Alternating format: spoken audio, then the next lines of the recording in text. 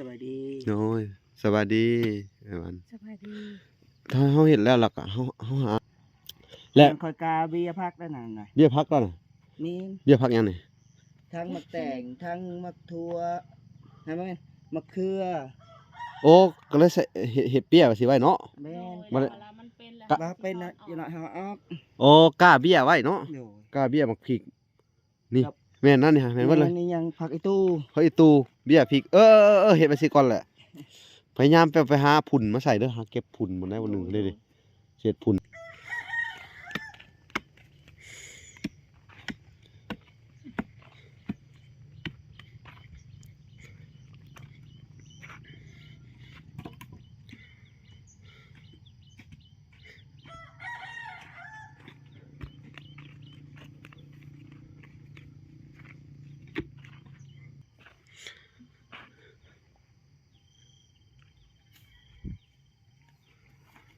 อันนี้ก็เป็นอีกมื้อหนึงพี่น้องเอ้ยบรรยากาศยามเช้าๆเนาะอยู่ทางเขตอันจุดซุมลำถ้วยเมืองอันน่ะชนบุรีแขวงสวรรณเขตเนาะเฮ็ดไว้สิแหละมันจะได้มีอยู่มีกินเนาะแต่ก็ดึงเสือกก็ได้มาก่อนดึงเสือกมาก่อนน่ะ เอาจับนะเดียว อันนี้มาผูกพี่ก่อนพลัง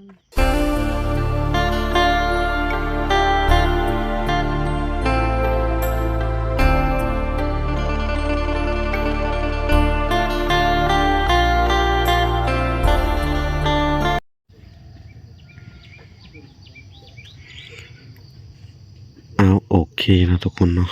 กับสบายดีพ่อแม่พี่น้องเบิดสุขอยู่สู่คนเนาะกันยินดีเข้าสู่ช่อง YouTube เป่าละสายบุญคุณธรรมคือเก่าเส้นเคยพี่น้องเอ้ยเนาะทักทายสบายดี FC ทางฝั่งไทยและ FC ทางฝั่งลาวและ FC ทางต่างประเทศนำเด้อพี่น้องเอ้ยเนาะสบายดีพ่อแม่เนาะที่อยู่เมืองนอกเมืองนาพี่น้องเอ้ยเนาะบ่ล่ะมื้อนี้ก็อยู่กับช่อง YouTube บ่ล่ะคือเก่าพี่น้องเอ้ยเนาะก็จะพาทุกคนมาเบิ่งการ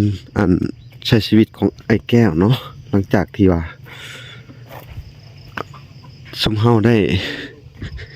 พากันซื้อเม็ดผักมาพี่น้องเอ้ยเนาะเพิ่นก็พากันเฮ็ดแต่เช้าเลยเม็ดผักมาให้เพิ่นป๊าดเด้อพากันเฮ็ดแต่เช้าเลยเนาะอันนี้ขนาดผักบ่ แม่น และแบบนี้เด้อสิบอกให้เอาสบายดีก่อน สวัสดี โอ้ยสบายดีไอ้วัน สบายดี ถ้าเฮาเฮ็ดแล้วล่ะก็เฮาหาอันนี้มาปลูกได้บ่ มันปลูกแล้วเลยอย่าเหยียบนะ ปลูกแล้วเนี่ย อันกันนั่นน่ะไว้เด้นี่กันดินเจือนนี่ เอาไม้ใส่เนาะ บ่เอาน่ะเอาหัวสิงไข่มาก็ได้นะฮะหัวสิงไข่มี เพิ่นบ่หน่อยว่าสิเบิ่งเพิ่นสิเมื่อบ้านเพิ่นว่าสิเบิ่งเพิ่นจะให้นี่เพิ่นจะมาให้ นะถ้าบ่ล่ะมีก็จะเอามาให้กันเนาะต้นนี้หวานล่ะบ่นี่ แม่น คือว่าไปหาฝุ่นมาใส่ก่อนมันสิออกบ่หาก่อน เดี๋ยวให้มันออกก่อน หึ ออกดินเข้าใหม่เด้ เขาต้องเอาจูดขี่เทาขี่หยังกันเด้เอามาใส่ก่อน เดี๋ยวเฮาก็มาโรยขึ้นข้างบน เฮ้ยเด้เศษฝุ่นถ้าอันฝุ่นไม่หมอกไม้เอามาเผาเห็ดฝุ่นก่อนผสมกันก่อนมาใส่อันนี้เห็นไหมคุดคุ้มคือบ่เสมอกัน คือว่าเป็นอะไร ครับอันนี้ยาวอันนี้สั้น บ่มันบ่ตรงกันนะมันโค้ง ว่าพี่ถึกแน่ นั่นแหละ ถูกไหม เอาเห็ดไปเลิศวัด ออกแน่ คือเด้งหน้าเด้งหลัง ที่มันกันบ่กว้างเท่าใดเนาะปลูกไว้เท่านี้แล้วเอาเหยาะไอ้แยะเท่านี้แหละ เอาปลูกไป พอได้กิน แม่นพอได้กินดีกว่าบ่ซื้อเขาผักกาดเด้อเอาเบี้ยผักกาดมานั่นน่ะ กาดมีหรือเปล่ามี กาดหวานแล้ว ว่าแล้วบ่ แม่ และ คอยกาเบียพักได้นานหน่อย เบี้ยผักก่อนน่ะ มี เบี้ยผักยังนี่ ทั้งมะแต่งทั้งมะทั่วให้ไหมมะเขือ โอ้ก็เลยใส่เฮ็ดเบี้ยไว้สิไว้เนาะ แม่น มัน มันเป็นแล้ว ว่าเป็นนะอยู่หน่อยเฮาออก โอ้กล้าเบี้ยไว้เนาะ โดย กล้าเบี้ยมักพริกนี่ ครับ แม่นนั่นนี่ฮะแม่นเบิดเลย นี่ยังผักอีตู้ เฮ้ยตูเบี้ยพริกเฮ็ดไปสิก่อนแหละพยายามไปหาผุ่นมาใส่เด้อหาเก็บผุ่นบ่ได้บ่นึงเลยดิเฮ็ดผุ่นทั้งนั้นฮะโอ้พี่น้องเอ้ยเพิ่นเฮ็ดเป็นนะโดยที่บ่ต้องบอกเนาะพี่น้องเนาะมันก็โอเคแต่ว่าคุ้มมันแล้วเนาะตาเอียงพี่น้องเอ้ย เอียงนิดนึง เด้งหน้าเด้งหลังว่าซั่น เนาะเอาตื่นมายามเช้าๆสองผัวเมียก็พากันขยันขันแข็งพี่น้องเอ้ยพากันลุยงานแต่เช้าเลยเนาะ เพราะว่าคนมันตกคู่มือเด้ พวกมันตกคู่มือเลยเนาะ แม่นถ้าปลูกยางมันก็เป็นแล้ว จนหมู่มีวันว่างพี่น้องเอ้ยฝนตกมื้อนี้ก็น่าจะตกอีกเบิ่งทรง ตกและมืด ครึ้มแต่เช้าเลยฝนปีนี้น่าจะดีป่ะเนาะ โอ้ยไม่เฮาบ่พอป่ะ หึ ในหันจอขึ้นหมดเลย ขึ้นมาแล้วพ่อปะ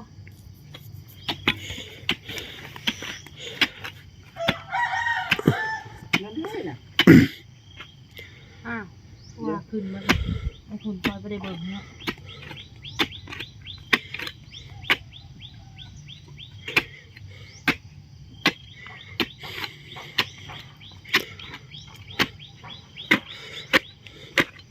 ใส่ตะนางอันนี้เอาเนาะตารางเสือกเอาเนาะ แม่น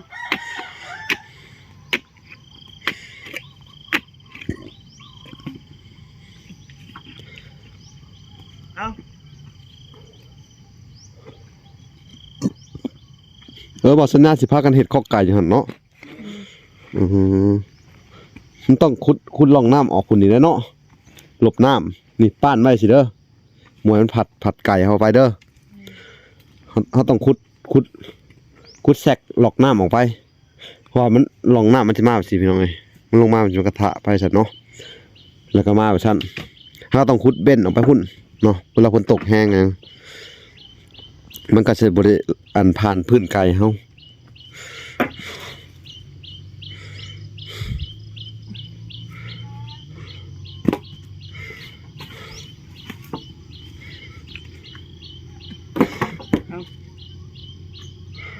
สิเพิ่นตั้งอยากเฮ็ดอันนี้พี่น้องเอ้ยแต่บ่มีบ่อนปลูกเนาะ คนที่เขามันน้อย ที่มันน้อย เลือกที่ลายเขาปลูก เอ้าสู้ๆต่อไป แม่นเป็นกีฬาเฮาก็ไปหายายปลูกแล้ว ยายปลูก หายายปลูกเอาเด้อแค่เฮากล้าเบี้ยก่อนแม่นบ่นี่โอ้ยกล้าสุเจ้าบ่ได้จะเอาดินอันนี้เลยน่าจะไปหาเอาดินเป็นฝุ่นมาใส่นี่ แต่ว่าคิดบ่ทันพัดเฮ็ดแล้วเอาออก เออ เฮ็ดมันสิออกเลยนะก็เล อื ย ม วาน เจ้าน่าจะถามเขาก่อนว่าไปเฮาไปหาขอฝุ่นเขาแถวกลางบ้านนั่นเล็กน้อยนี่ดินฝุ่นนะดินพวกนี้เฮาต้องกล้าใส่ฝุ่นดินบ้านเด้กล้าใส่พวกประเภทมูลสัตว์น่ะพวกขี้งัวขี้ไก่ขี้นี่เป็ดไปสั่นมันก็ได้อยู่ได้พี่น้องเอ้ยหนึ่งเขาข้างไว้พี่น้องทางเด็กๆพาตื่นเนาะ บ่ อ๋อ เป็นยังมื้อนี้คือตื่นสาย นอนจะได้หัวคำได้ นอกแต่ว่าค่ำตื่นช่วยอีก เลย เด็กๆพี่น้องเอ้ยว่าท่านตื่น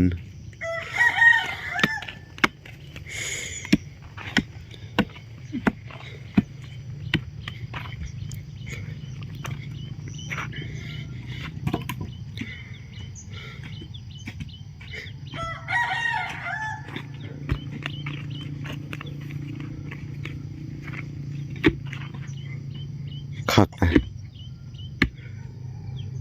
พันยามเดือน11เจ้าก็ไปเฮ็ดอยู่หั่นอีกค่ะเด้อหดเด้อเอาผักปลูกแล้วหิวน้ำหุ่นขึ้นมาปลูกผักกินอันนี้นะวันในผักหยังนี่ฮะ ทั้งหอมปอบ หอมป้อมบ่ทันได้หดซ้ำเนาะฮักกะหวานมากินนี่บ่ แม่น ฮักกะหวานกินนี่พี่น้องเอ้ยหอมป้อม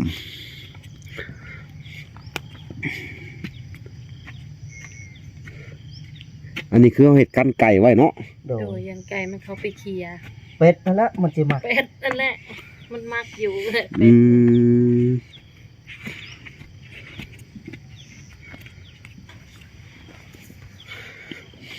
นี่พี่น้องเอ้ย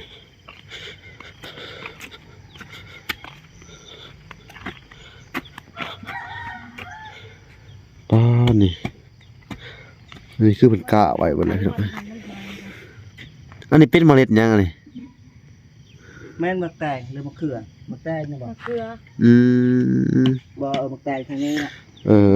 แตงมะเขือเห็นไหม มะเขือ ผักอีตู้ ไผ่ตู แม่น โอเคไผ่ตูแหละจะหน่อยสอนอันลูกพวกได้เนาะ โดย สอนนั่นสอนนี่ปลาสอกปลาซิวได้กับมกใส่โอ้ยแสบคือหยังนี่ลูกปลาคอสิ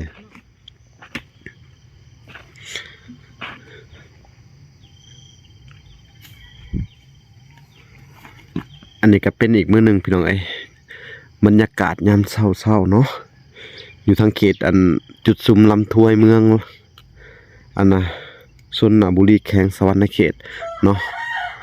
ก็เป็นอีกบอนที่ทั้งอันเฮือนไอ้แก้วแล้วก็เฮือนอาเว้ยเนาะบอนที่ทั้งบ่ล่ะจัดสรรให้มาทางคอยแก้วเพิ่นเนาะ งามมัน พี่น้องเอ้ย ดำกระดำก็ได้มีเพียงมันเป็ดมัน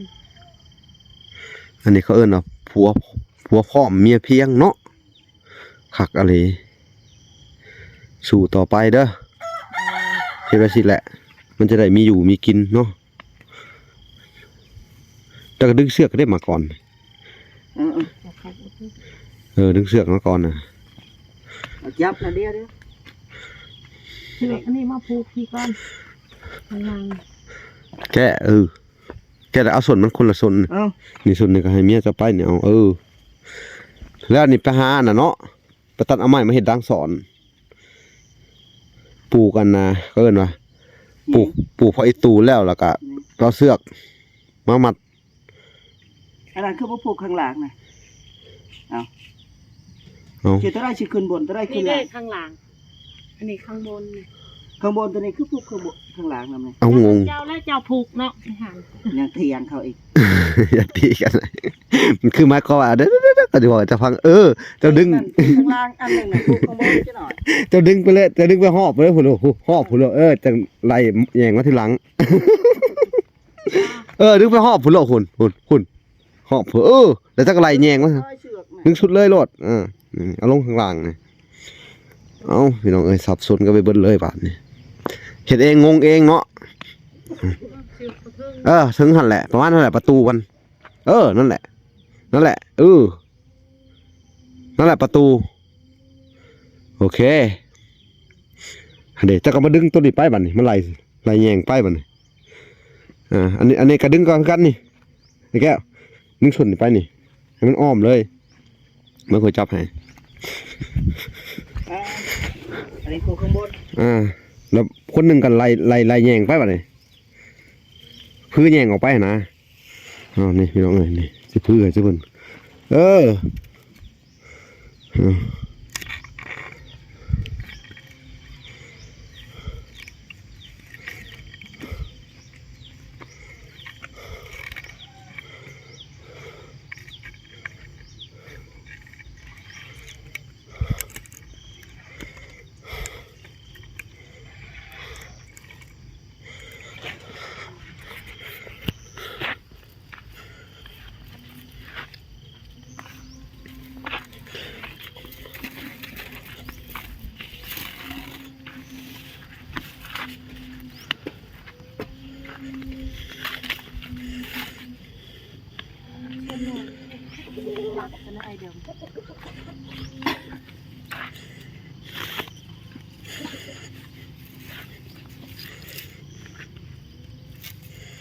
เด้นั่นแหละไหลไปคักว่าบัดนี่นั่นแหละอุ้ยหุ่นพี่น้องเลยมันก็ได้แหละ จะตำๆนี่แล้ว ตัดเอาสูง เอาดิผูกไว้ก่อนมันมาจิกตีมันลงนี่โอ้ยคักแรกบัดนี่ไก่กระบอกเข้านี่แหละวิธีเห็ด อ้าวอันนี้ดึงมาอีกหนึ่ง กระดึงเชือกกันทอดบ่ โน่นเอาอันนั้นเทียมหน่อยมาดู จะแก้มาได้นั่นแหละ ดึงมาแต่พุ่นอีกมันเรืออยู่ที่ลายดึงกลับมาอีก พี่น้องเอ้ยเบิ่งคักๆปานนี่ สบายแล้วเป็ดเอ้ยอย่าเฝ้าเด้อลูกเอ้ย แล้วอะไร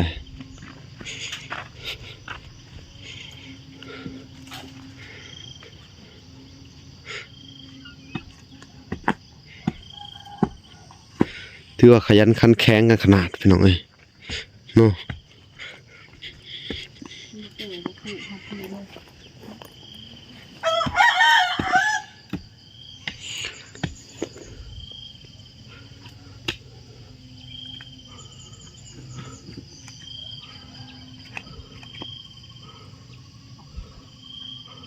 เดี๋ยวไปหาเชือกก่อน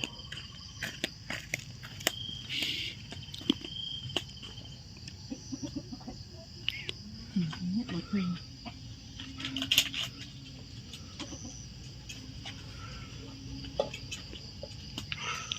เอามาเทียบให้ลูกตอน ต่อมาเองมาหมัดส่วนนี่ก็ได้นี่ เอ้า ต่อมาแล้วสิมาปิดมาเปิดอันอยู่หันเนาะ แม่น ดี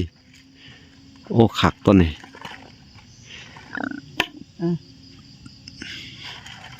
กล้าแล้วตุ้มเบี้ยที่เราก้าวไปข้างนอกถ้ามันเกิดแล้วเขามันในพี่เด้อไก่สิเจาะมังหุงได้หรอบ่ ย่าง ยัง เบี้ยมังหุงนะ บ่มีเลย มูมี่น่ะ บ่มีในตลาดบ่เห็น เอาเดี๋ยวกลับบ้านแล้วสิเลาะหาเบิ่งให้บางเทื่อก็สิซื้อมังหุงสุกมาเนาะ เด้อ มาแล้วก็เอาในมัน มาวานไว้นี่มันก็ เบิ่งก่อนได้สิเลาะหาเบิ่งให้ก็มีกะกล้าบ่มีกะโจ๊กก่อนเนาะ บ่ อยากปลูกอยู่ว่ามังหุง ปลูก ปลูกเขาแล้ว เอามังหุงเล็ด มันคุ แนวมองสิกินเนาะ น้ำมงสิกินหน่อย แล้วก็ไปปลูกอันนั้นไว้ทั่วแฮเอาไว้กินส้มยามนั้นยามแรงหน่อยมีหัวตะไคร้มีน้ำกระโวก ขักแล้วมันเนาะ มี นี่หัวจิงไคมาปลูกอ้อมๆนี่เด้อ เลย กันเจือนไว้นี่ถ้ามันติดแล้วก็โอเคแล้วนะ บ่หน่อยเพิ่นว่าสิเบิ่งให้สิเมื่อบานนี่ เบิ่งให้หัวตะไคร้มันมีเดี๋ยวจะมาหาบอกแล้วสิเอามาต้นกล้วยให้หั่นแหล้วเราว่ายันที่บ่ได้ ฮะ ต้นกล้วย โอ้ เอาไว้ยันที่บ่ได้แล้วมันเหี่ยว โอ้เดี๋ยวก็บ่เป็นหยังดอกกระถือได้ น้อยเลี้ยงน้องนี่ มันยาวเนาะจ้ะ เนาะ เด้อ น้อยเลี้ยงน้องนี่เนาะเดี๋ยวสิหาหน่อไม้เลี้ยงน้องมาให้อีกอาจจะต้น2ต้นเนาะ เด้อ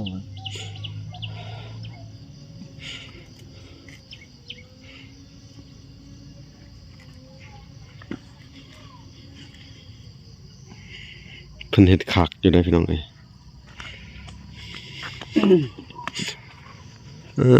บาดนี่ข้างในเป็นเบี้ยมักพริกหาพุ่นมาห้วยหนามันหน่อยเด้อ โดย หาพุ่นขี้แกบขี้งัวขี้หยังก็ได้ ใส่คงสีคุณและเพิ่นไปขอเจ้าเด้อ ฮกสีเขาไปสีมือขนาดบ่ นี่คงสีนี่ก็มี มีบ่ นี่หั่นแหละติดเพื่อนเขาอันนั้นน่ะ ฮกสีน่ะหมูมีแกบได้ บ่มีบ่ ฮกสี ก็บ่เห็นแล้วก็ไปใส่หน้าหมดแล้วบ่ ฮกสีเขาบดแกบเป็นหำได้น่ะฮกสีเขาน่ะเขาสีออกมาเป็นหำเบิดได้แกบน่ะ โอ้ ฮกสีตัวนี้น่ะ โอ้มีตะนางออมคักนี่แหละมีมีดนั่นน่ะมีแต่ชื่อ ไก่มันก็ว่าจะหมดเขานี่เนาะ มาอ มั อน ม บ่หมดดอก อืมมานี่เดินก็ได้ตะนางพี่น้องเอ้ยบาด ว่าเลยเขาก็เอาใหม่และหาใช้ไว้ เนาะ อย่ามันมนเขา เดินก็ได้ตะนางแล้วก็อิหยังพักอันนี้ก็ได้ตะนางโอ้ยคักเนาะชีวิตดีขึ้นเนาะ โดย คักบ่ โดย คักหลายพี่น้องเอ้ย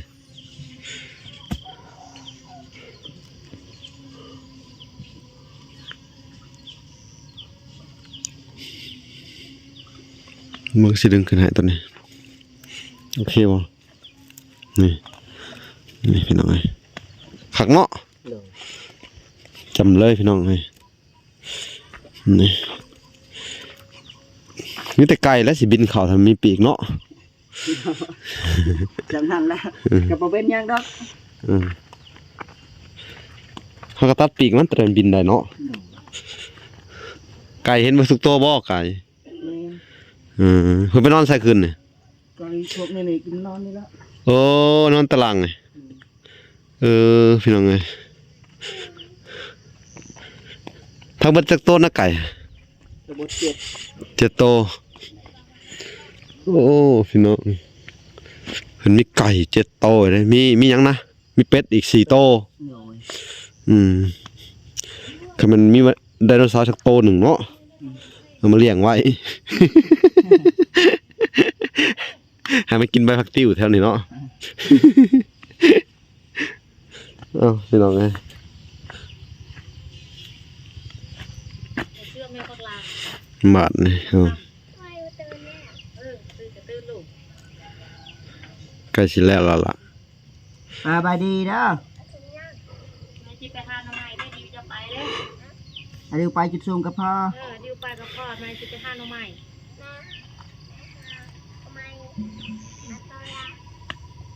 แม่ที่ไปหาทำไมไปผู้เดียวคือเด็กน้อยไปบ่ได้กิน สิแล้วล่ะพี่น้อง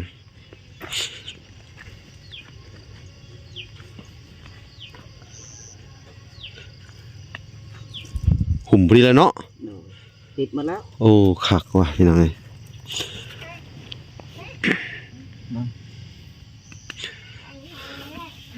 แล้วเนี่ยเขาไปตัดไม้บ่เขาไม่เห็นด้านน้องสอนเนาะ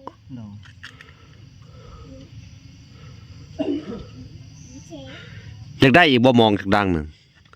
อยากได้ อยากได้เนาะเอา2ดังเนาะมันจะเอามองหยังมองอันน่ะมองเขาเนี่ย2เส้นหาบ่เขาซื้อ 2 เซน มันจะเอาจักเส้นมันนี่เอามอง1เส้นเนาะเอามองตาทีบ่เอาปลาซิวเนาะตาทีดังหนึ่งแล้วก็เอามอง3เส้นดังหนึ่งจะว่าคักกว่าเอาฟังเบิ่งเด้อเดี๋ยวเอากันอันนี้ก่อนฟังเบิ่งงบประมาณก่อนเด้อว่าผู้ใหญ่เพิ่นสิซื้อให้บ่หรืออะไรนะเนาะดีใจอยู่บ่ ดีใจแล้ว เฮ็ดนี่ได้แยงเนาะได้มองโอ้ยหากินตลอดปีเลยได้บัดเนาะตกแรงๆมาก็ไปหันรอซอนแถวเซเนาะเซน้อยพี่น้องเอ้ยน่าจะได้อยู่ได้มื้อละ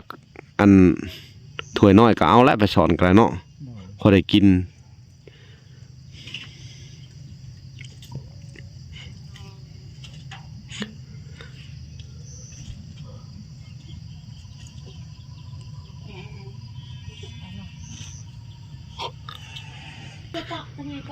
โอเคพี่น้องเอ้ย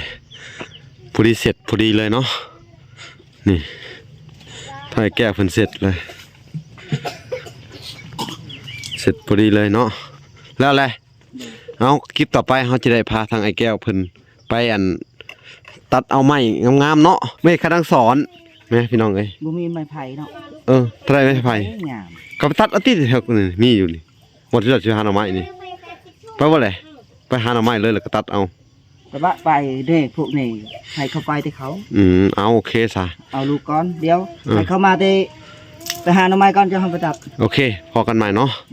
คลิปหน้าบ๊ายบายพี่น้องเอ้ย